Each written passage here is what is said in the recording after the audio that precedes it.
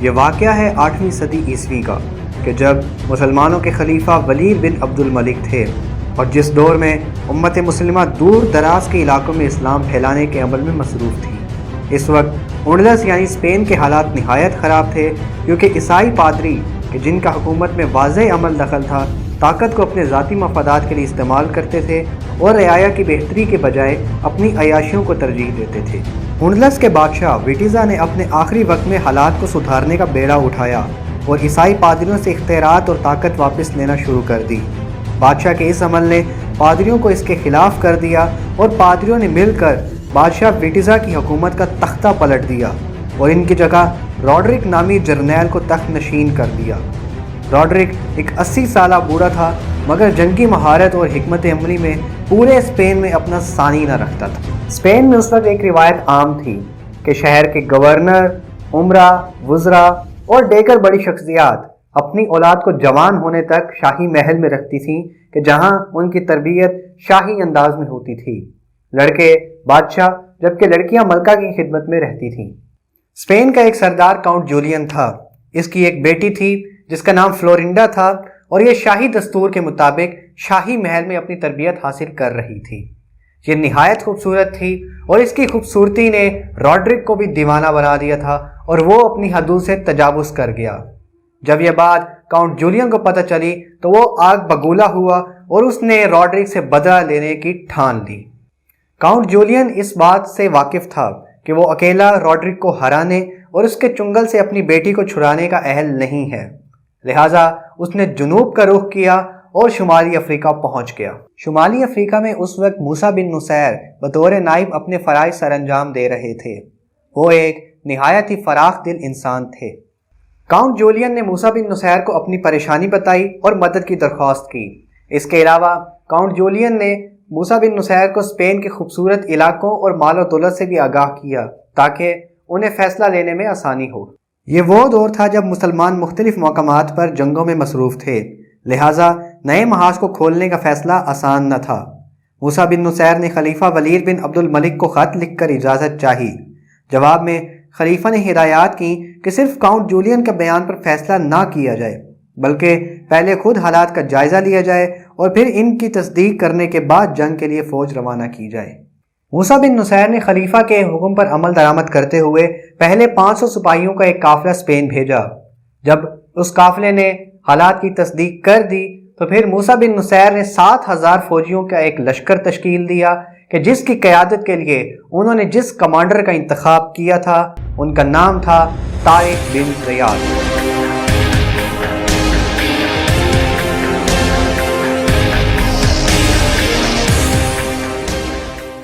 طارق بن زیاد موسیٰ بن نصیر کے ہی ایک آزاد کردہ غلام تھے۔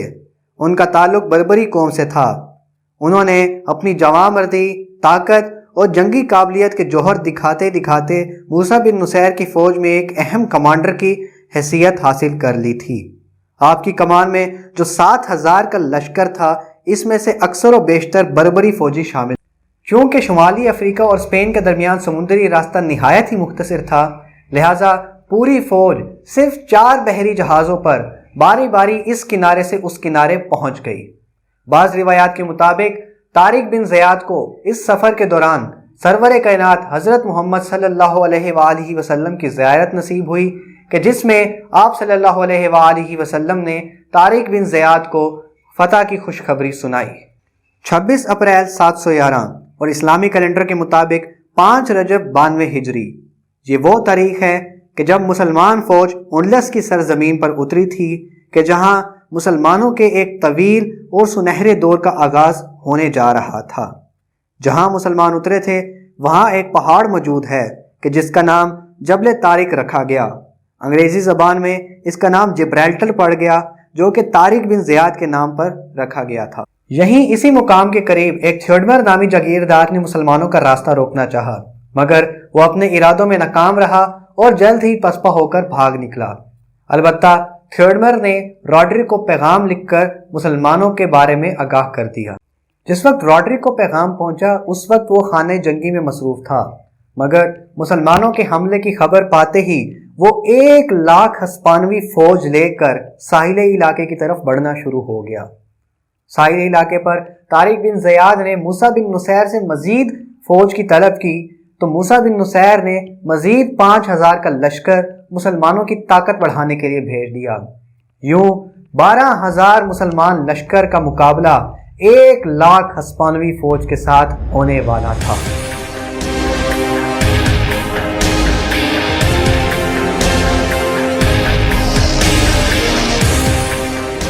جنگ سے قبل طارق بن زیاد نے اپنے فوجیوں سے کہا کہ جو لوگ جنگ میں حصہ نہیں لینا چاہتے وہ ابھی واپس جا سکتے ہیں، مگر جذبہ ایمانی سے سرشار تمام مجاہدین نے پورے جوش و جذبے کے ساتھ جنگ میں اترنے کا ارادہ ظاہر کیا۔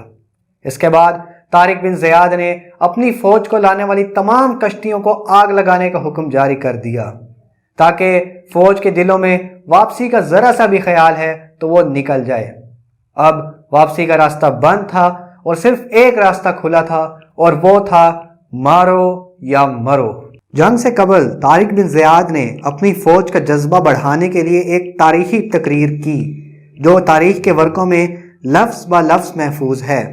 طارق بن زیاد نے حمد و ثنا کے بعد فرمایا، مسلمانوں اب خوب سمجھ لو کہ تمہارے بھاگنے کی جگہ کہاں ہے۔ سمندر تمہارے پیچھے ہے اور دشمن تمہارے آگے۔ اللہ کی قسم اب سوائے پامردی اور استقلال کے تمہارے لیے کوئی چارہ باقی نہیں رہا۔ یہی دو طاقتیں ہیں جو مغلوب نہیں ہو سکتی، یہی دونوں فتح مند قوتیں ہیں جنہیں فوج کی قلت نقصان نہیں پہنچا سکتی۔ تمہارے دشمن اپنی فوج اور سامان جنگ کے ساتھ تمہارے سامنے آ چکے ہیں۔ ان کے پاس سامان رزق کا ذخیرہ بھی وافر ہے، مگر تمہارے پاس کوئی سامان نہیں بجز تمہاری تلواروں کے۔ تمہارے لیے کوئی رزق نہیں آئے گا سوائے اس کے کہ تم اپنے دشمن کے ہاتھ سے چھین کر حاصل کرو۔ اگر تم اپنی جانوں پر کھیل جاؤ تو کامیابی تمہارے قدم چومنے کے لیے تیار ہے۔ میں تمہیں کوئی ایسی دعوت نہیں دیتا جس کو خود قبول کرنے کے لیے تیار نہ ہوں۔ میں تمہیں ایسے مقام پر لایا ہوں کہ جہاں سب سے سستی چیز انسانوں کی جان ہے، اور سب سے پہلے میں اپنے آپ سے شروع کرتا ہوں۔ یہ خوب یاد رکھو کہ اگر تھوڑی دیر کی تکلیف برداشت کر لو گے تو اس کے بعد ایک زمانے دراز تک عیش و راحت اٹھاؤ گے۔ تم اپنی جانوں کو میری جان سے زیادہ قیمتی نہ بناؤ، تمہارا اور میرا حصہ برابر ہے۔ اس وقت جو کچھ جزیرے میں ہے وہ سب تمہارا ہے۔ تم اس جزیرے میں اللہ کے بول اور اس کے دین کی سربلندی کے لیے آئے ہو، وہ اس کا اجر پاؤ گے۔ یہ خوب سمجھ لو کہ تمہیں جو دعوت دے رہا ہوں اس کو قبول کرنے والا پہلا شخص میں خود ہوں۔ مجھے تم جو کچھ کرتا دیکھو اس کی پیروی کرو۔ اگر میں حملہ کروں تو تم بھی ٹوٹ پڑو، اگر میں رک جاؤں تو تم بھی ٹھٹک کر رک جاؤ۔ لڑائی کے میدان میں سب مل کر ایک فرد واحد کی طرح لڑو۔ جس وقت دونوں فوجیں ٹکرائیں گی اس وقت میں خاص طور پر ان کے سپہ سالار کی جانب رخ کروں گا۔ اگر میں اس سرکش کو مارنے کے بعد مارا جاؤں تو میں تمہارا کام پورا کر جاؤں گا۔ تم بہادر اور عقل مند ہو، اس کے بعد تم اپنا کام سنبھال سکتے ہو، اور اگر میں اس تک پہنچنے سے پہلے مارا جاؤں تو تم میرے اس عزم کو پورا کر لینا، اور خبردار پستی کو قبول نہ کر لینا اور اپنے آپ کو دشمن کے حوالے نہ کر دینا۔ تمہارے لیے مشقت و جفا کشی کے ذریعے شرف و عزت، راحت و آرام اور حصول شہادت کے ذریعے ثواب آخرت مقدر کیا گیا ہے۔ ان سعادتوں کو حاصل کرنے کے لیے آگے بڑھو۔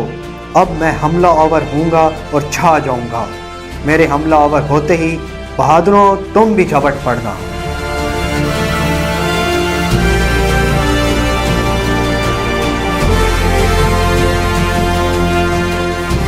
جہاں طارق بن زیاد کی اس ولولہ انگیز تقریر نے مسلمانوں کے حوصلے کئی گنا بڑھا دیے، تو وہیں روڈرک کی فوج میں ایک واضح کمی نظر آ رہی تھی کہ جس کی ایک بہت بڑی وجہ تھی۔ روڈرک کی فوج کے اکثر لوگ اس سے خوش نہ تھے کیونکہ زیادہ تر فوجی شاہی خاندان کے وفادار تھے اور وہ روڈرک کے زبردستی حکمران مقرر ہونے کے خلاف تھے، اور وہ کسی نہ کسی طرح روڈرک کو مزہ چکھانا چاہتے تھے۔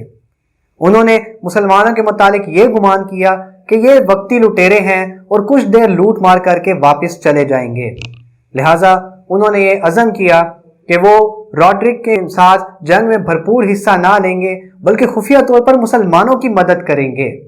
یوں روڈرک کی ایک فوج کا ایک حصہ اس کے خلاف تھا، اور یوں روڈرک کی طاقت میں ایک واضح کمی نظر آ رہی۔ بالآخر وہ وقت آن پہنچا جب پورے یورپ پر اسلام کا ظہور ہونا تھا۔ جنگ کی شروعات ہوئی اور شروعات سے ہی مسلمانوں کا پلڑا بھاری رہا۔ ایک وجہ تو مسلمانوں کا جذبہ ایمانی تھی، تو دوسری دشمن کے ایک گروہ کی خفیہ حمایت۔ جنگ میں اپنا انجام دیکھتے ہی روڈرک نے فرار کا راستہ اختیار کیا، مگر وہ مارا گیا۔ بعض مورخین کے مطابق وہ طارق بن زیاد کے ہاتھوں مارا گیا، تو بعض کے مطابق وہ کسی اور کے ہاتھوں مارا گیا، اور بعض مورخین تو لکھتے ہیں کہ وہ مارا ہی نہ گیا بلکہ وہ بھاگنے میں کامیاب ہوا۔ حقیقت چاہے جو بھی ہو، البتہ جنگ کا نتیجہ یہ نکلا کہ مسلمان یہ جنگ جیت گئے اور روڈرک اور اس کی فوج یہ جنگ ہار گئی۔ مگر ابھی تو یہ صرف شروعات تھی۔ ابھی تو یورپ میں مسلمانوں کی کئی اور تاریخی فتوحات کا سلسلہ شروع ہونا تھا، جن میں سے پہلی چند فتوحات کا صحرا طارق بن زیاد کے سر سجا۔ کاؤنٹ جولین نے طارق بن زیاد کو مشورہ دیا کہ ابھی ہسپانویوں کے دلوں میں مسلمانوں کے لیے رعب قائم ہے، اور طارق بن زیاد کے لیے سنہرا موقع ہے کہ وہ پورے ملک میں اپنی فوج بھیج کر اپنی حکمرانی قائم کر سکتے ہیں۔ کاؤنٹ جولین نے نقشوں کی مدد سے مسلمانوں کو پلان بھی بتایا اور ان کی رہنمائی کے لیے اپنے گائیڈز بھی پیش کیے۔ دوسری جانب موسیٰ بن نصیر نے پیغام بھیجا کہ جب تک وہ اندلس نہیں آ جاتا، طارق بن زیاد کسی بھی قسم کی پیش قدمی سے باز رہیں۔ مگر حالات کچھ ایسے بن گئے کہ طارق بن زیاد کو مجبوراً قرطبہ اور غرناطہ سمیت کئی اہم صوبوں میں فوجیں روانہ کرنا پڑیں۔ ان مقامات پر بھی طارق بن زیاد کو کامیابی ملی۔ دوسری جانب موسیٰ بن نصیر بھی اندلس کی زمین پر اپنے قدم رکھنے کے بعد کئی اہم علاقوں میں اپنے جنگی کارناموں کے جوہر دکھاتے اور فتح کے جھنڈے گاڑتے ہوئے تلبیلا آن پہنچے کہ جہاں طارق بن زیاد پہلے سے ان کے استقبال کے لیے موجود تھے۔ موسیٰ بن نصیر کو طارق بن زیاد کی حکم عدولی پر رنج تو تھا، مگر چونکہ وہ خود ایک جرنیل تھے اور جنگی حالات کو سمجھتے تھے، لہٰذا انہوں نے معمولی تنبیہ کر کے معاملے کو رفع دفع کر دیا۔ موسیٰ بن نصیر اور طارق بن زیاد اندلس میں کامیاب مہم جوئی میں مصروف تھے کہ اتنے میں انہیں اچانک دارالحکومت دمشق سے خلیفہ ولید بن عبد الملک کا پیغام آن پہنچا کہ آپ لوگ فوراً دمشق پہنچے۔ موسیٰ بن نصیر نے اندلس میں اپنے بیٹے عبدالعزیز کو نائب مقرر کیا اور طارق بن زیاد کو اپنے ساتھ لیے دمشق کی جانب روانہ ہوئے۔ تاریخ میں موسیٰ بن نصیر اور طارق بن زیاد کی خلیفہ ولید بن عبد الملک سے ملاقات کے سلسلے میں بھی دو مختلف رائیں ملتی ہیں۔ پہلی یہ کہ جب یہ دونوں اصحاب دمشق پہنچے تو اس وقت خلیفہ ولید بن عبد الملک نہایت علیل تھے۔ البتہ ان دونوں اصحاب نے خلیفہ ولید بن عبد الملک سے ملاقات کی، انہیں فتوحات سے آگاہ کیا اور مال غنیمت کا 5واں حصہ ان کے حوالے کیا۔ ملاقات سے ایک ہفتے بعد خلیفہ ولید بن عبد الملک انتقال کر گئے، جبکہ دوسری رائے یہ ملتی ہے کہ ان کے دمشق پہنچنے سے پہلے ہی خلیفہ ولید بن عبد الملک کا انتقال واقع ہو چکا تھا اور ان کی ان سے کوئی ملاقات نہیں ہوئی، اور خلیفہ ولید بن عبد الملک نے انہیں دمشق کیوں بلایا یہ وجہ کسی کو معلوم نہیں۔ بات چاہے جو بھی ہو، مگر موسیٰ بن نصیر اور طارق بن زیاد دمشق پہنچے اور خلیفہ ولید بن عبد الملک کا انتقال بھی اسی دورانیے میں ہوا۔ خلیفہ ولید بن عبد الملک کے بعد مسلمانوں کے جو خلیفہ مقرر ہوئے وہ تھے سلمان بن عبد الملک۔ یہ نہایت ہی نااہل اور بد کردار تھے۔ جس طرح انہوں نے محمد بن قاسم سمیت کئی نامور سپہ سالاروں کو موت کے گھاٹ اتارا، تو وہیں موسیٰ بن نصیر اور طارق بن زیاد کو بھی اپنی حکومت کے لیے خطرہ جان کر ان کے خلاف بھی گھنونی سازش رچی۔ سلمان بن عبد الملک نے موسیٰ بن نصیر پر مال غنیمت میں چوری اور ہیرا پھیری کا الزام لگایا اور ان پر اتنا بھاری جرمانہ عائد کیا کہ جسے وہ کبھی ادا نہ کر سکے اور غربت میں دمشق میں ہی انتقال کر گئے۔ بعض مورخین کے مطابق موسیٰ بن نصیر کو زنجیروں کے ساتھ جکڑ کر پورا دن دھوپ میں کھڑا کیا جاتا رہا۔ دوسری جانب طارق بن زیاد کو بھی ایسے ہی کسی الزام میں فوج سے نکالا گیا اور ان کی بھی پوری زندگی غربت اور گمنامی میں دمشق میں ہی کٹ گئی۔ ان کی زندگی کے آخری ایام کے بارے میں تاریخ خاموش ہے، جس سے پتہ چلتا ہے کہ وہ کتنی گمنامی میں زندگی گزار رہے تھے۔ آپ 37 سال کی عمر پانے کے بعد دمشق میں ہی انتقال کر گئے۔ اللہ تعالیٰ طارق بن زیاد، موسیٰ بن نصیر اور ان جیسے کئی بڑے سپہ سالاروں کو اجر دے اور انہیں جنت میں اعلیٰ مقام عطا فرمائے۔